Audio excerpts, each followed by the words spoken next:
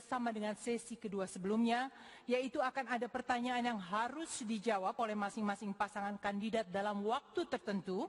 Kemudian jawaban-jawaban tersebut harus saling ditanggapi oleh pasangan kandidat lainnya. Jadi peraturannya sama. Dan hadirin, inilah sesi ketiga. Akan dimulai dari paslon ketiga. Kita dengarkan dulu pertanyaannya. Program penertiban kawasan kumuh, normalisasi sungai, pembangunan waduk dan penanggulangan banjir di Jakarta menghadapi kendala dari masyarakat yang tidak ingin digusur atau dipindahkan ke rumah susun. Saat ini fakta juga menunjukkan bahwa sebagian penduduk yang sudah dipindahkan ke rusun menunggak pembayaran sewa karena tidak punya pekerjaan tetap atau pendapatannya turun drastis. Pertanyaan harus dijawab dalam waktu 2 menit. Apakah Anda akan menjalankan kebijakan penggusuran guna mengatasi persoalan penertiban daerah kumuh serta banjir? Apakah kebijakan relokasi ke rumah susun juga akan diambil? Ketegasan paslon penting dalam hal ini, karena dalam rencana pembangunan jangka menengah untuk 5 tahun ke depan akan dibangun 50.000 unit rumah susun di Jakarta. Waktu diberikan kepada paslon ketiga. Minggu lalu saya datang ke Bukit Duri, ikut dalam syukuran karena warga Bukit Duri menang di PT UN menghadapi Pemda DKI Jakarta. Apa yang terjadi di tempat itu? Ketidakadilan dilaksanakan. Ketika berhadapan dengan kekuasaan yang kuat, tumpul. Tapi ketika berhadapan dengan rakyat yang miskin, lemah, tajam, prosedur dilanggar demi kepentingan menggeser. Yang kita akan lakukan bukan menghilangkan orang miskin. Yang kita ingin lakukan adalah menghilangkan kemiskinan. Terkait dengan ini, maka kita akan tegas. Kita akan melakukan yang disebut dengan urban renewal. Peremajaan kota, penataan ulang. Bukan dikosongkan, apalagi dikosongkan tanpa mempertimbangkan satu prosedur, rasa keadilan, dan memperhatikan mereka sebagai sesama warga Jakarta. Di Ciliwung kemarin, seorang ibu datang, Pak Anies, ayah saya dilahirkan di titik ini, di tanah ini, persis di sini. Mereka bukan orang yang datang ke Jakarta 5-10 tahun yang lalu. Kita semua belum sampai ke Jakarta, orang tuanya sudah ada di tepi sungai itu. Dan dengan penuh kesombongan kita geser semua itu. Kami akan tegas, kami tidak akan melakukan tindakan-tindakan yang bertentangan dengan keadilan. Tetapi kami akan musyawarah. Pemindahan bila itu dilakukan, maka pemindahan itu dengan memperhatikan haknya, dengan memperhatikan penghidupannya. Dan sekali lagi, prioritas kita justru pada peremajaan. Ketika warga, ini bukan tempat pertama Jakarta. Berbagai tempat di dunia mengalami hal yang sama. Di tempat lain, urban renewal bisa dilaksanakan, maka di Jakarta pun urban renewal akan bisa kita laksanakan. Satu lagi yang tidak kalah penting, di dalam mengelola ini kita harus memperhatikan nasib bukan saja mereka yang dipindah, tapi anak-anaknya dan fasilitas pendidikan serta kesehatan untuk semuanya. Ya, waktu habis. Berikutnya adalah paslon pertama. Paslon pertama, harap dijawab dalam waktu 2 menit, apakah Anda akan menjalankan kebijakan penggusuran guna mengatasi persoalan penertiban daerah kumuh serta banjir? Apakah kebijakan relokasi ke rumah susun juga akan diambil? Ketegasan diharapkan dari para paslon.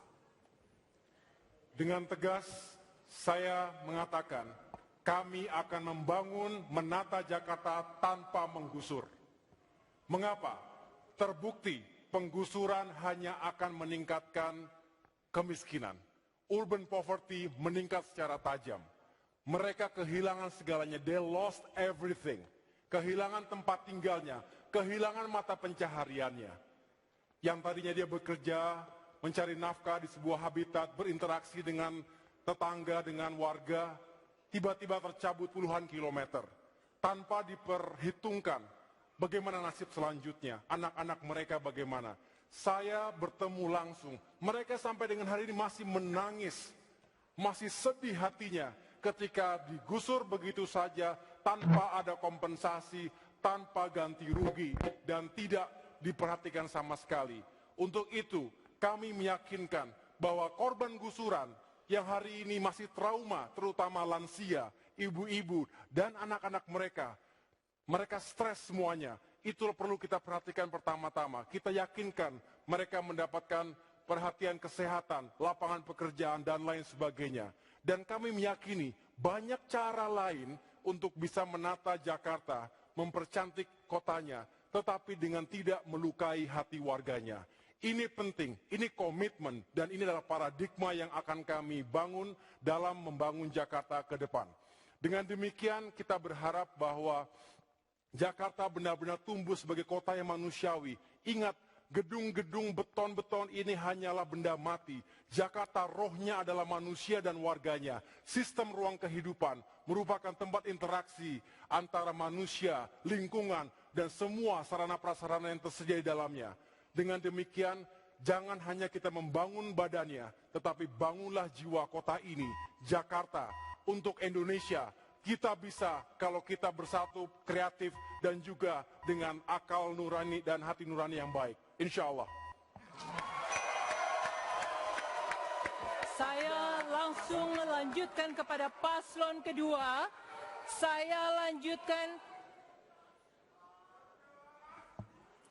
lanjutkan kepada paslon kedua untuk dijawab dalam waktu 2 menit.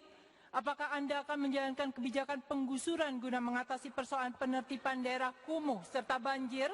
Apakah kebijakan relokasi ke rumah susun juga akan diambil? Ketegasan dalam hal ini penting untuk ditunjukkan. Silakan.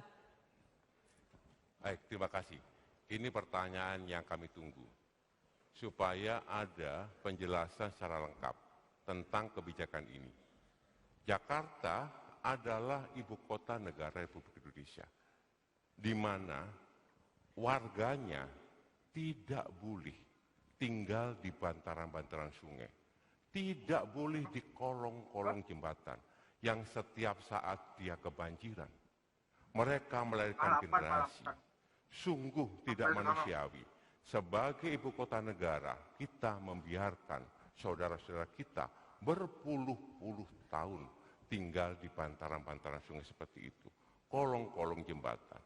Maka kami berkomitmen untuk menyediakan rusun yang layak huni. Ukuran 36 meter persegi, ada 2 kamar, ada pipa gas.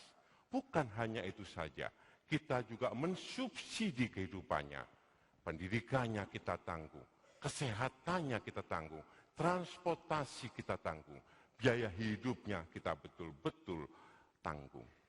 Subsidi untuk bahan kebutuhan pokok. Dengan cara seperti itulah masyarakat Jakarta manusiawi. Kita tidak heran kalau indeks pembangunan manusia di Jakarta paling tinggi se-Indonesia. Kita juga tidak heran kalau kemiskinan di Jakarta adalah 3,75 terendah se-Indonesia. Kebijakan-kebijakan ini harus kita ambil.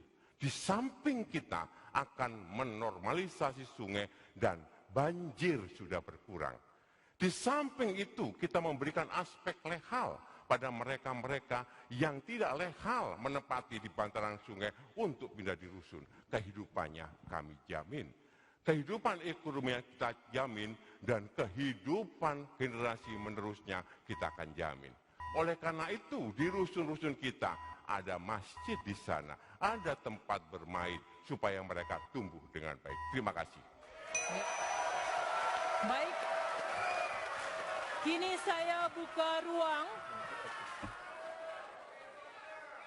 dari pendukung paslon 2. Kini saya buka ruang untuk para kandidat menanggapi jawaban dari kandidat lain atas pertanyaan di sesi ini. Sekali lagi saya garis bawahi, Anda boleh melakukan kritik ataupun argumen atau menunjukkan dengan lebih jelas mengapa program Anda lebih unggul dibanding paslon lainnya. Waktunya adalah 1,5 menit. Kita mulai dari paslon pertama menanggapi paslon 2 dan 3. Kita mulai dari paslon pertama. Silakan. Terima kasih. 300.000 rumah dibutuhkan di Jakarta. 1.000 hektar, itulah wilayah kumuh. kami bergerilya 267 kelurahan, 44 kecamatan. Ketika kami juga ke rumah susun, mereka mengatakan, kenapa kami yang sudah begitu lama, tapi kenapa kami harus menyewa. Kemudian ketika mereka tidak bisa bayar, mereka diusir.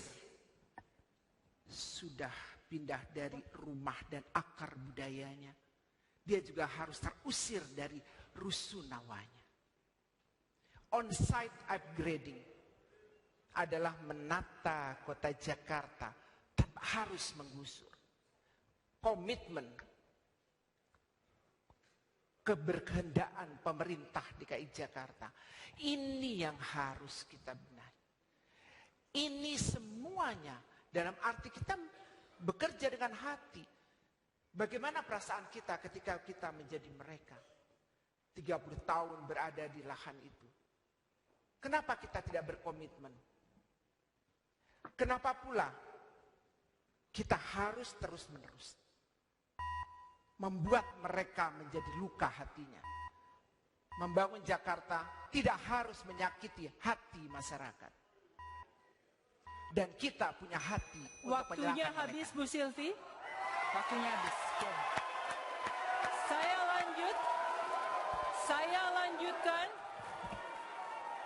Saya lanjutkan tanggapan Paslon 2. Silahkan menanggapi apa yang disampaikan Paslon 1 dan Paslon 3 tadi.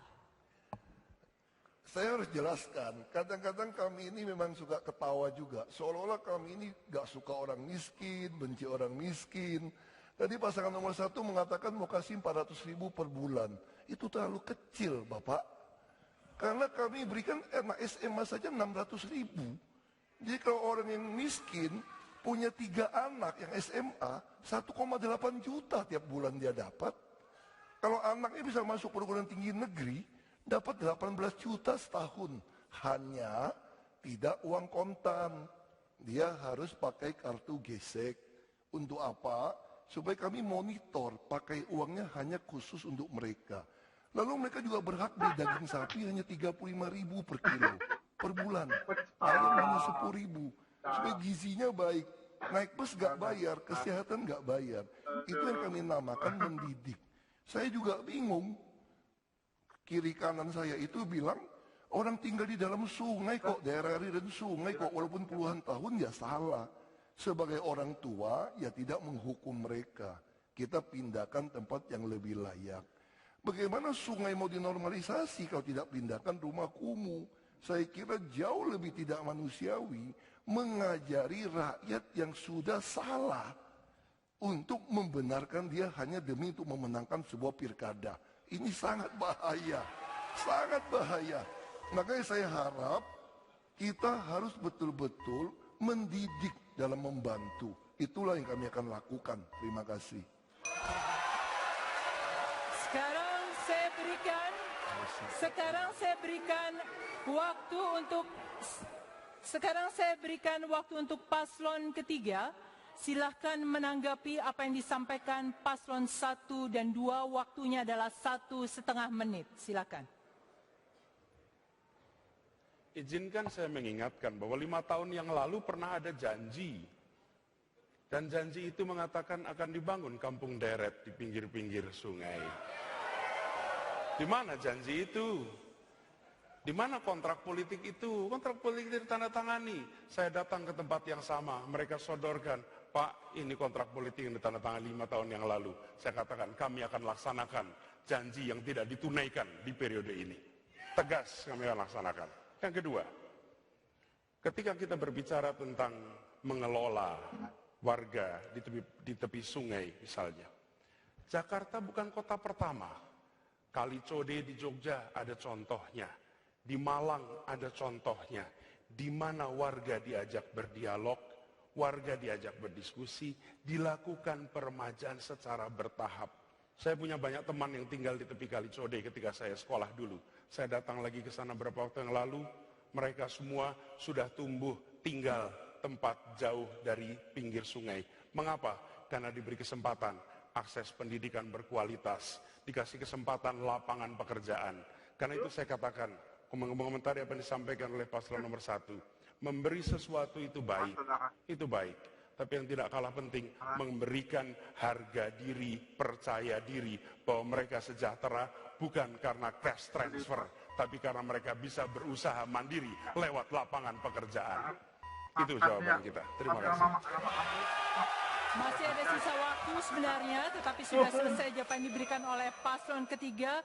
Jawaban dari Pak Anies tadi menutup sesi kita. Sesi berikutnya akan lebih menarik karena jawaban